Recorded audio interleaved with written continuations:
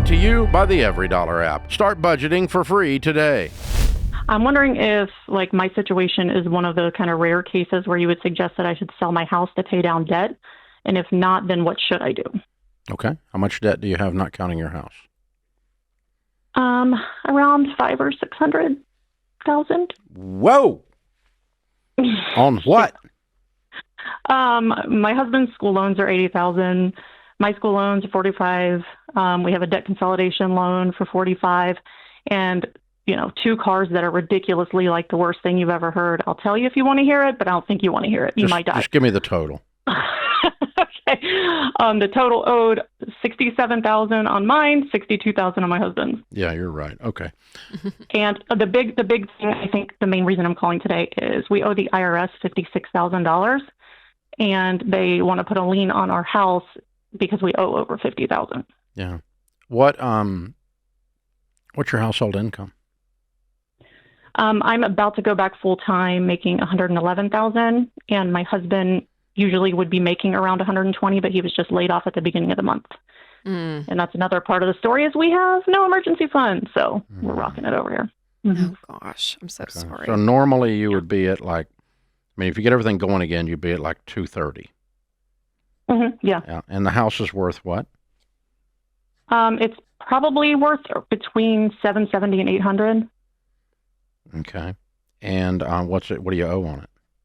$628,000. Okay. Well, my worry there is like after agent fees and closing costs. Yeah, you're not going to get enough to clean up the mess. So the mess. Yeah, I think it would help us with the IRS and maybe to pay out the cars. You know what I mean? The negative equity. How do you end up owing the IRS $56,000? Oh man. So me and my husband, we've been married 22 years. We had 3 kids, very young, super broke back then. So we were on like Medicaid, food stamps, everything like that. We just never had money, right? Then kind of like out of nowhere when he graduated college and then I kind of landed in my career, we started making money out of nowhere, and we didn't realize that we weren't getting enough taken out of our checks, yada, yada. So one year after another year after another year, it was like we owed $12,000. We're like, what? I guess it's just tax bracket. I don't understand this. Next year, we owed $20,000. We're like, why is this happening? I don't get it.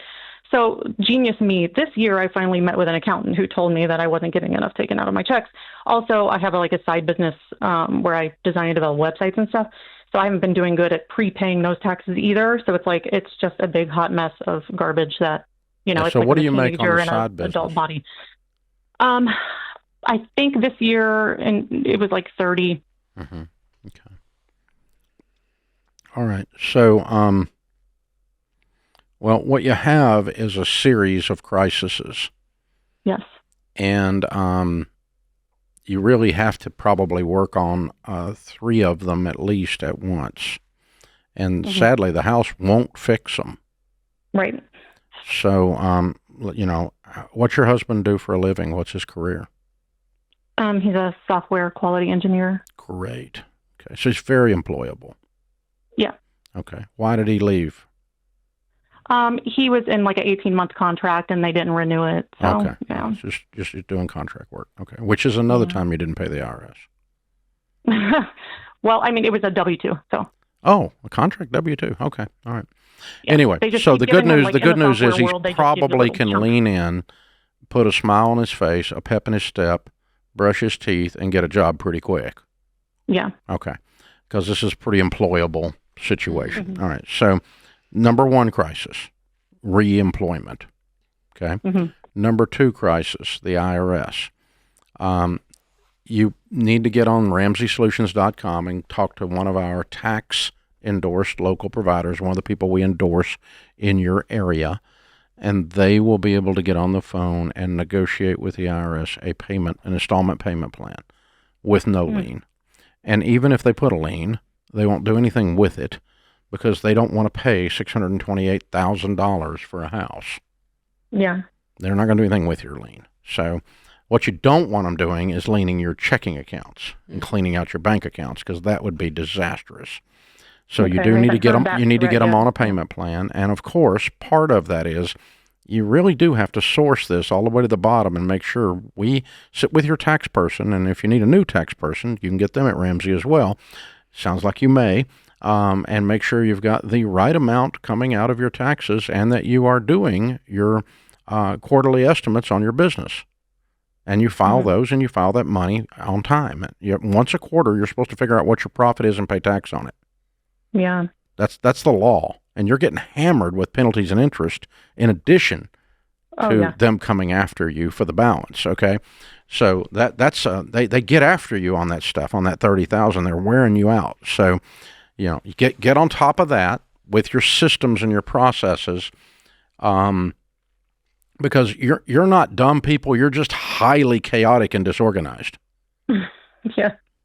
I keep saying we spend money like teenagers, like the way. Well, yeah, you've been doing that too. That's another subject I'm coming to in a minute. But but you're just out of control. I mean, there's like no off button here. There's frenetic. There's no plan. And so what I'm telling you to do is get very systematized and nerdy about this. Like I hired you to straighten out these people's finance. Only these people is you. Mm-hmm. Yeah, I actually did a literal PowerPoint presentation and Excel sheet before I called you guys to understand what my picture was here. And well, good. That's a really good start. The first step, actually. Yeah, you got to get it. That's I'm looking at the map and the little red arrow says you are here. I want to get over there, and now how do I get over there? Right. So that's what we're talking about. So get the IRS under control first with a payment plan and with proper withholding and proper filings of your quarterly estimates. Then we'll begin to pay them off as quickly as we can. And then we come to the cars. Yeah. They're both going to be sold. I'm ready to get rid of them. Oh, you have to. You have to. We have negative equity. What do we do about that? They have. This is absolute freaking insanity. If you look up crazy in the dictionary, you're going to see a picture of these cars. I was expecting you to say that. Yeah. I thought you were going to say me, but okay. No. I mean, this is just because it's killing my friend Larissa. Yeah. My friend Larissa, these cars own her. Yeah. Well, it adds up to what you guys make a year, I mean. Y'all don't make nearly enough to have those cars, even if you paid cash for them. Yeah, I think our situation is that we've never been late on a car payment on our mortgage, which is. Are you going to try to justify this to me? Please don't. No. I'm telling you that's why we thought we were okay. Yeah, I know. That you could afford the payment. The IRS thing made me look at it. Yeah. You get what I'm saying? That whole dumb thing. You realize when you look at these cars that they're a glaring, not just a Dave Ramsey thing or a Rachel Cruz thing. They're just a glaring math thing. Yeah. Yeah. I mean, they're just pointing to you guys, like you said, we spend money like teenagers, and so. You need to get you a couple of, reasonable vehicles, very cheap, like $5,000-$6,000 a piece, and you guys use your $230,000 income to clean up this freaking mess, so you get your life back because you're not having fun. Yeah, this is highly anxiety-inducing. Yeah, and when he gets a job back, you guys are making great money. Like insane. So the $250,000 a year will clean this mess up. Yes. Yeah. You guys can do that. And then if you could imagine making that amount of money and actually keeping it and it not going out in payments, and you guys. Trust me, that's all I imagine these days. What if you didn't have any payments but a house payment? Yes. And you made $250,000 a year. Oh my goodness. You would have money. Yeah, I can't imagine it. And then you can move from a $6,000 car to a $20,000 car thing, and though, pay cash. Is even though that's an incredible income, you still have to live within that income because even with that great income, you guys were living beyond it, right? You two just need to sit down and look at each other and go, neither one of us are in Congress. Right. We can't spend like this anymore. Spend like a drunken congressman. I mean, it's out of control. Drunken congressman. Well, they say drunken sailors, but I like sailors, right? Sailors, bless their hearts, they're probably way fiscally responsible compared. So even with alcohol involved. Create your free every dollar budget today, the simplest way to budget for your life.